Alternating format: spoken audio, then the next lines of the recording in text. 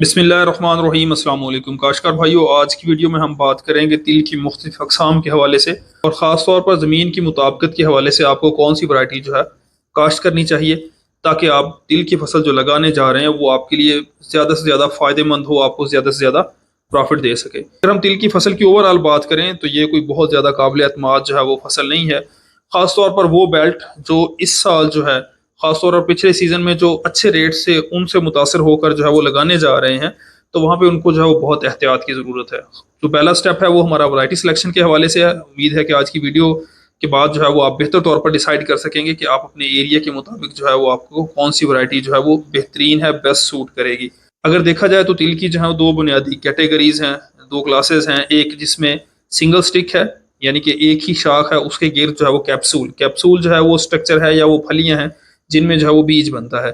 और दूसरा जो हमारे पास शाखदार हैं, जिनमें जो है वो शाखें होती हैं, दो चार पांच, जो है वो आपकी मैनेजमेंट के हवाले से, स्पेस के हवाले से होती हैं। अगर हम सिंगल स्टिक की बात करें तो इसमें हमारे पास जो है वो सबसे नॉमिनेटेड जो वैरायटी है तिल की वो TH06 है। ह्यूब रिसर्च फैसलाबाद की ये वैरायटी है। अगर हम हाइट की बात करें तो नॉर्मली जो है वो 6 से 8 फुट, और अगर अच्छा मैनेज किया जाए तो 10 से 12 फुट जो है वो इसकी हाइट होती है। अगर आप खुराक जो है वो अच्छी देते हैं तो फलियों का दरमियानी फासला जो है वो बहुत कम होता है। तिल की ये वैरायटी जो है वो फील्ड में 15 से 18 मन तक जो है वो पैदावार देने की सलाहियत रखती है। अगर हम इसके मेरिट्स की बात करें तो अगर आपके पास दरमियानी या हल्की ज़मीनें हैं तो ये तिल की वैरायटी आपके लिए बेहतरीन बेस्ट सूटेड है। ये लो इनपुट है, यानी कि आप जो है इसको कम पानी और कम खाद में जो है वो मैच्योरिटी की तरफ लेके जा सकते हैं।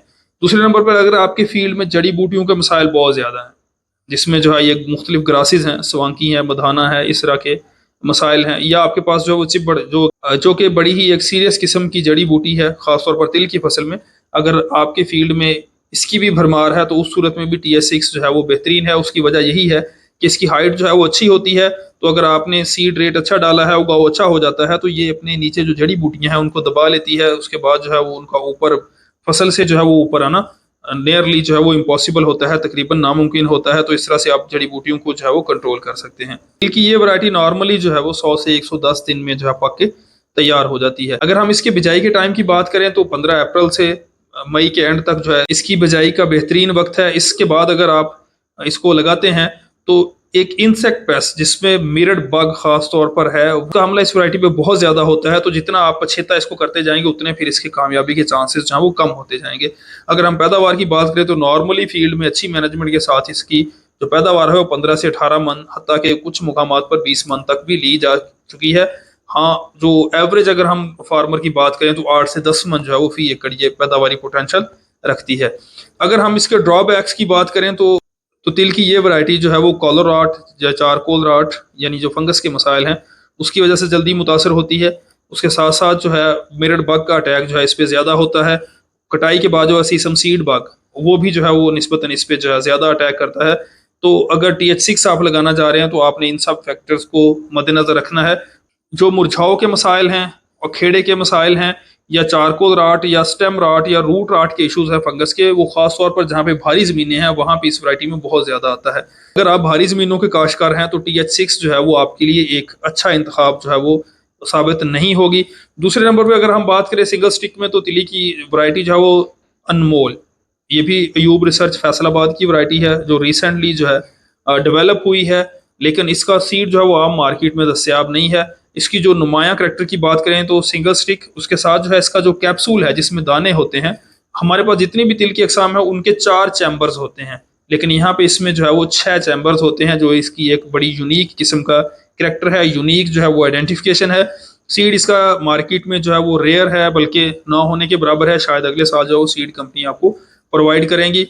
उसके बाद अगर हम बात करें शाखदार अकसाम की तो उनमें बहुत सारी अकसाम है हमारे पास, जिसमें TS5 है, हमारे पास TS जो है 03 है, हमारे पास नियाब मिलीनियम है, हमारे पास नियाब पर्ल है, तिल 2016 है, तिल 2018 है। तो अगर पैदावार के लिहाज से बात की जाए तो TS5 जो है तिल की एक बेहतरीन वैरायटी है। TS3 जो है वो अभी रिसेंटली अप्रूव हुई है, ये शॉर्ट ड्यूरेशन है। TS3 जो है वो 90 से 100 दिन में नॉर्मली तैयार हो जाती है, जबकि TS5 जो है वो 100 से 110, 15 हद तक 120 दिन तक जो है वो फील्ड में ले जाती है। लेकिन पैदावारी पोटेंशियल TS5 का बेहतरीन है, 22 मन तक फी एकड़ जो है इसकी प्रोडक्शन फार्मर फील्ड पे ली जा चुकी है। हम दूसरी शाखदार अक़साम की अगर बात करें, उनमें तिल 16 है, तिल 18 है, नायाब पर्ल है, नायाब मिलीनियम है। तो ये वैरायटीज़ जो हैं वो बड़े कद की हैं। इनमें फ्रूटिंग जो है वो एक ख़ास हाइट पे जाने के बाद जो है वो स्टार्ट होती है। और अगर हम ओवरऑल इनकी पैदावारी पोटेंशियल की बात करें, जो ब्रीडर की तरफ से कोटेड है, जो क्लेम किया गया है, वो भी TS5 या TS3 से कम है। और फील्ड में भी इनकी परफॉर्मेंस जो है वो ऐसी नहीं है। इसमें सबसे बड़ा मसला जो है इसके फ्लावर शेडिंग का है। हाइट ज़्यादा होने के बाद जो है ये फ्लावरिंग करती है, लॉजिंग के मसाइल आते हैं। तो ये वैरायटीज़ जो है वो बहुत ज़्यादा अच्छा पैदावारी पोटेंशियल नहीं रखती। तिल 18 नायाब पर्ल जो है वो लगा के देखे हैं, जितना आप लेट होते जाएंगे, ख़ास तौर पर 25 मई के बाद, उतने जो है इनकी कामयाबी के चांसेस कम। और दूसरी तरफ जैसा मैंने बताया कि इनकी प्रोडक्शन भी कम है। हाँ, TS5 जो है वो आप बाखूबी, TS3 और TS5 जो है वो आप बाखूबी, जहाँ पे आपके रकबे अच्छे हैं, जहाँ पे आप जड़ी बूटियों को अच्छी तरह से मैनेज कर सकते हैं, अगर आप बिजाई का अच्छा तरीका अपनाते हैं, ख़ास तौर पर जो है वो भारी ज़मीनों में, तो यकीनी तौर पर TS5 जो है वो आपके लिए एक बेहतरीन इंतखाब है। बहुत अच्छी जो है वो आपको प्रोडक्शन दे सकती है। तिल की किस्म TS5 जो है वो चारकोल राट या रूट राट या जो फंगस के मसाइल हैं, इन सब के खिलाफ जो है वो बेहतरीन रेजिस्टेंस रखती है। इसके अलावा जो मिरड बग है, जो कि TH6 का बहुत सीरियस किस्म का पेस्ट है, उसका भी अटैक जो है वो TS5 या TS3 में निस्बतन जो है वो कम देखने में आया है। इस वैरायटी की जो है वो हाइट कम होती है, 4 फुट या हद जो है वो 5 फुट, लेकिन वहाँ पे जाके जो है ये ज़मीन पे गिर जाती है। अगर जड़ी बूटियाँ नीचे उगी हुई हों तो अक्सर औकात जब बारिशें वगैरह हो जाएँ तो ये तिल की फसल के से जड़ी बूटियाँ जो है वो ऊपर आ जाती हैं। फिर हार्वेस्टिंग और जो दूसरे मसाइल होते हैं उन पे काबू पाना बहुत मुश्किल हो जाता है। तो TS5 जो है वो आप अच्छी भारी ज़मीनों में फंगस के खिलाफ रेजिस्टेंस की वजह से, और जहाँ पे जड़ी बूटियों को आप कंट्रोल कर सकें, इसके हाइट कम होने की वजह से, और ज़मीन पे कितरे जो है वो फैल जाने की सलाहियत की वजह से, उन जैसी ज़मीनों में लगाएं। मिरड बग का अटैक जो है वो इसमें निस्बतन कम आता है, पैदावारी पोटेंशियल इसका बहुत ज़्यादा है। तो TS5 जो है अगर आप अच्छी पैदावार लेना चाहते हैं उसके लिए बेहतरीन इंतखाब है।